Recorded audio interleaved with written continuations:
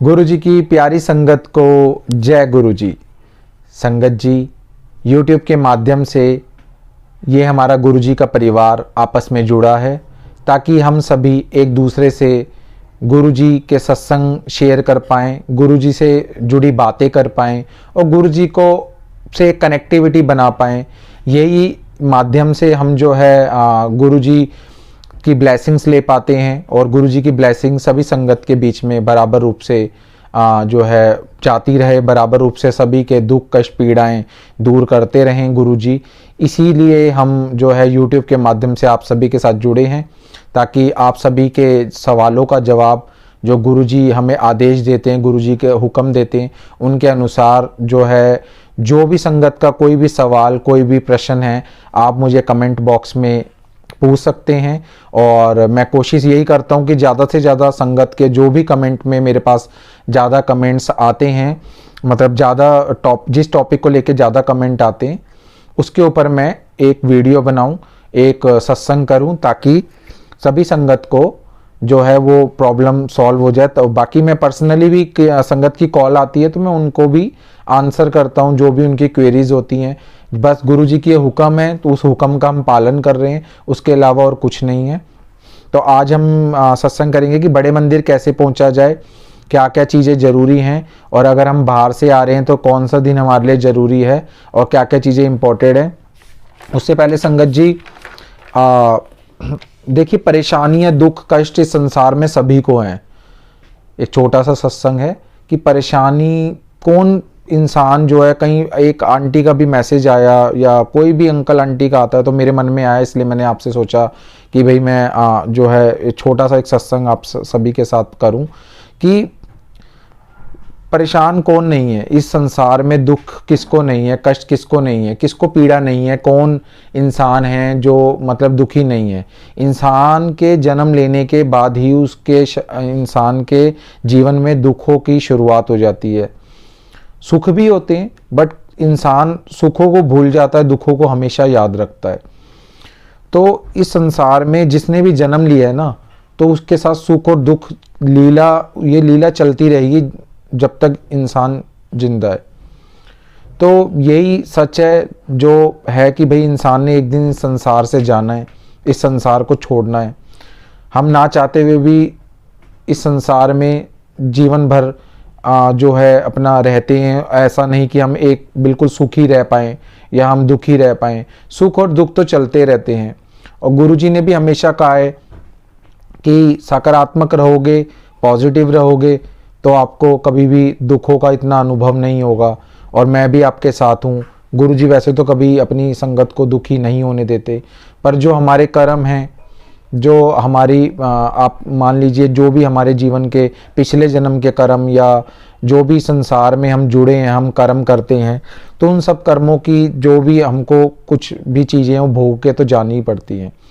उन चीज़ों में गुरुजी कष्ट जरूर काटते हैं, गुरुजी सबको ब्लेस जरूर करते हैं, बट जिसके जो कर्म हैं उस अनुसार संसार में हमको जीवन तो जीना ही पड़ेगा। और जिसको जो मिला उसको वो कम ना लगे तो वो सुखी है, और जिसको सब कुछ मिला उसको वो भी कम लगता है तो दुखी है। सीधी सी बात है कि सब कुछ जो हमारे पास आज की डेट में है, अगर हम उसमें अपने आप को सुखी रखते हैं या उसको ही हम मानते हैं कि हाँ भाई गुरुजी ने हमको इतनी ब्लेसिंग्स दी या इतना सब कुछ दिया, सामने वाले को देख के नहीं कि सामने वाले पे इतनी सब चीज़ें उसको इतनी ब्लेसिंग्स दी है। अगर गुरुजी ने या भगवान ने हमको जो भी कुछ दिया वो हमको हमारे कर्मानुसार दिया और वो हमें उसी में सुखी रहना चाहिए। बाकी हमें अपने कर्म, नित्य मेहनत और संसार में सभी की जो है एक सेवा भाव से रहना चाहिए। तो अगर आप सभी प्रॉपर रूप से अपने जीवन को व्यतीत करेंगे तो आपको जीवन में कभी भी कोई दुख नहीं होगा। आप लोगों की सेवा करेंगे, लोगों का साथ देंगे और हमेशा एक सच के मार्ग में चलेंगे तो आपका जीवन बहुत ही अच्छा और बहुत ही जो है सुखमय बीतेगा। और अगर सब कुछ होने के बावजूद भी जो है आप हमेशा एक लालच, एक लालसा अपने मन में रखेंगे कि ये भी मेरा हो जाए, ये भी मेरा हो जाए। जो मैंने आपको बोला कि जिसको सब कुछ मिला उसे भी वो कम लग रहा है तो वो दुखी है।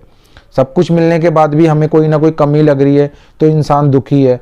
और कुछ मिलने के बाद भी भगवान की आराधना प्रार्थना करके गुरुजी से जुड़ के कनेक्टिविटी बना के भी इंसान सोचता गुरुजी ने मुझे जो दिया मैं उसमें खुश हूँ, तो वो इंसान सुखी है। सुख और दुख की तो बस यही परिभाषा है जो मेरे को समझ आई, मैंने आपको बताई। एक छोटी सी जो है स्टोरी से आपको इस चीज़ को क्लियर करूँगा। आप सत्संग पूरा सुनिएगा, ध्यान से सुनिएगा, आपका जो है बहुत गुरुजी की बहुत ब्लेसिंग्स रहेंगी।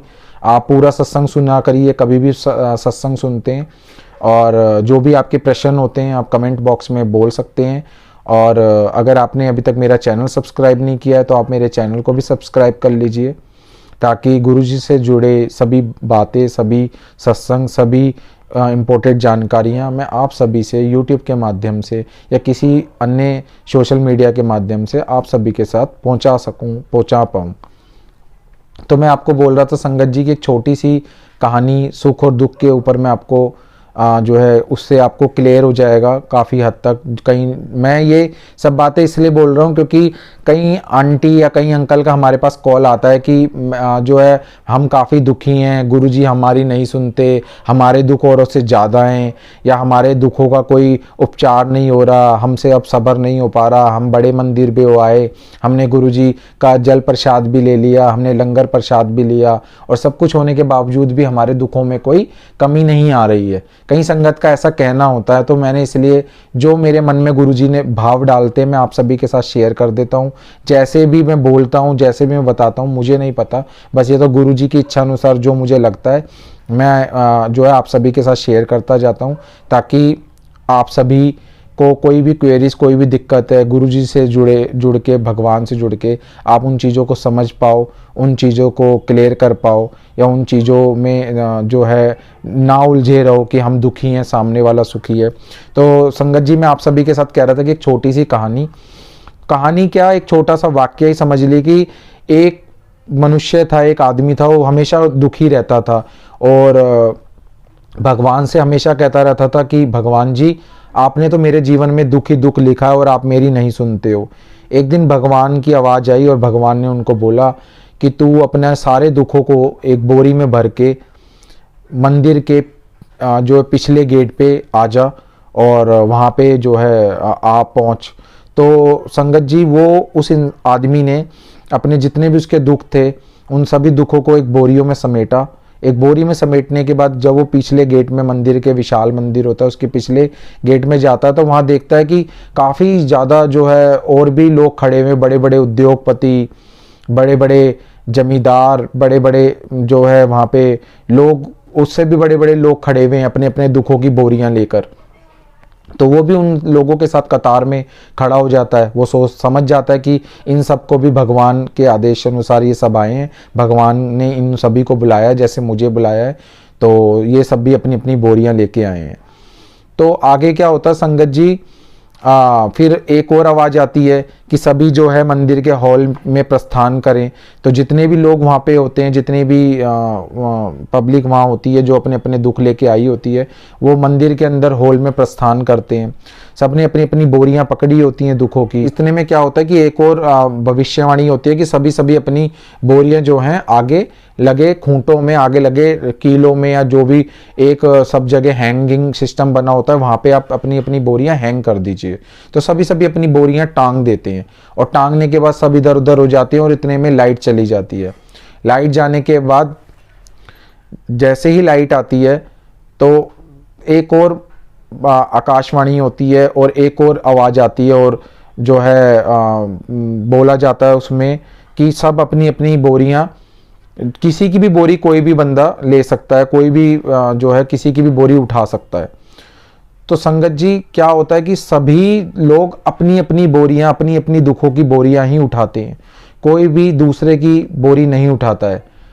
तो उसमें फिर भगवान जी पूछते हैं कि जब आपको मौका मिला कि अपने दुखों, आप तो कह रहे थे भाई मैं सबसे ज़्यादा दुखी हूँ, मेरे दुखों का भार, मेरे दुखों का वजन सबसे ज़्यादा है, तो दूसरे की बोरी क्यों नहीं उठाई? उस आदमी से पूछते हैं और लोगों से भी पूछते हैं, तो अपनी अपनी बोरियां क्यों उठाई?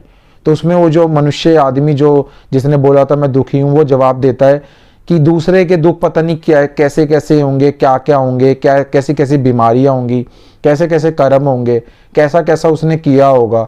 मैं उसके दुखों का भार क्यों उठाऊं? मेरे जो दुख है मैं तो उसी का भार उठाऊंगा, मैं तो उन्हीं दुखों को देखूंगा। तो इस कहानी से, इस स्टोरी से, एक छोटी सी वाक्य से ये चीज मैं आपको क्लियर करना चाहता हूं कि सभी को अपने अपने दुख बड़े लगते हैं, पर जब दूसरे के दुख हमको दिखते हैं, दूसरे के दुख हमको होता है ना कि दूसरे के दुख से अपना दुख एक्सचेंज कर लो, तो कोई नहीं करना चाहता। फिर हर किसी इंसान को अपना दुख जो है छोटा लगता है, सामने वाले का बड़ा लगता है, जब उसको प्रैक्टिकली वो चीज़ करनी होती है। और जब नहीं करनी होती तो भगवान से हमेशा यही मांगता है, यही कहता है कि मेरा दुख बड़ा है, सामने वाले का दुख छोटा है। तो संगत जी ऐसा कुछ भी नहीं है, सभी को अपने कर्मानुसार उसके दुखों को भोगना पड़ता है। गुरुजी दुख जरूर काटते हैं, गुरुजी सबके कर्म जरूर ठीक करते हैं, बट संगत जी आप अच्छे कर्म जरूर कीजिए, आप गुरुजी से कनेक्टिविटी सच्चे मन से बनाइए, आपको गुरुजी हमेशा ब्लेस करेंगे, आपके दुखों को भी काटेंगे, आपके कर्मों को भी सही करेंगे।